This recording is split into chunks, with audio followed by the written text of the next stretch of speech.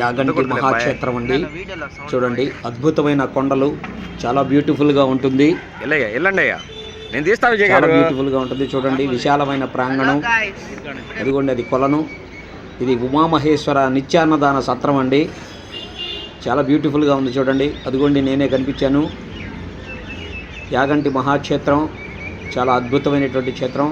ఆ పైన కనిపిస్తున్నది వీరబ్రహ్మేంద్ర స్వామి వారు కొన్నాళ్ళు అక్కడ తపస్సు చేశారండి. చూడండి ఎంత బ్యూటిఫుల్గా ఉందో. తిరుపతి, శ్రీశైలం తర్వాత ఆంధ్రప్రదేశ్లో నెలకొని ఉన్నటువంటి యాగంటి మహాక్షేత్రం చాలా అద్భుతమైనటువంటిది. అదిగోండి ఫొటోస్ చూడండి.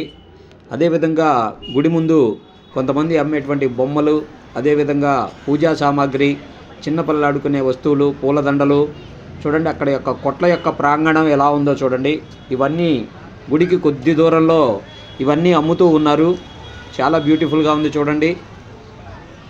చాలా ముఖ్యమైన విషయం ఏంటంటే యాగంటి మహాక్షేత్రం మొదట అనుకున్నది శ్రీ ఏడుకొండలవాడిని. ఇది మొదటి క్షేత్రం, రెండోది కడప, మూడోది ఇప్పుడున్న తిరుపతి. కానీ యాగంటి మహాక్షేత్రంలో మరి స్వామివారి యొక్క కాలు గోరు విచ్ఛిన్నమైనందువల్ల, అంటే బ్రేక్ అయినందువల్ల దీన్ని ప్రతిష్టకు కుదరదని చెప్పారు. యాగంటి ఉమామహేశ్వర స్వామి దగ్గరికి వెళ్ళేటువంటి దారి ఎలా ఉందో చూడండి. చాలా బ్యూటిఫుల్గా ఉంది. ఇక్కడికి ఒకసారి వచ్చారంటే మళ్ళీ పదే పదే వస్తారు. చాలా బ్యూటిఫుల్గా ఉంది. ఇదిగోండి చూడండి, అది కూడా ఆ కొండ గుహలోనే స్వామివారు ఏడుకొండలవాడు ఉన్నాడు.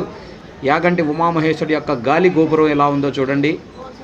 ఇదేనండి గాలి గోపురం, దాని యొక్క ప్రాంగణం, ధ్వజస్తంభం. ఇదిగోండి ధ్వజస్తంభం. ఇది లోపల, యాగంటి లోపల ఎలా ఉందో చూడండి.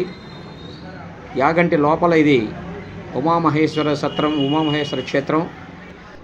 పర్లేదండి, యాగంటి లోపల చక్కగా కొలను ఉంది చూడండి. ఎంత ట్రాన్స్పరెంట్ గా వాటర్ ఉన్నాయో. నేను మా ఫ్రెండ్స్ అందరం కలిసి నంద్యాల ప్రోగ్రాం ఉంటే వెళ్ళాము. మా బ్యాచ్ చూడండి, చాలా సూపర్గా ఉంది. ఇదిగోండి ఏడుకొండలవాడిని దర్శించుకునేటువంటి మార్గం. లోపల ఏడుకొండలవాడు ఉంటాడు. ఇది గుడి లోపల ఉన్నటువంటి ప్రాంగణం, కొలను దగ్గర ఉన్నటువంటిది. చూడండి, నేను హాయ్ చెప్తున్నాను. చాలా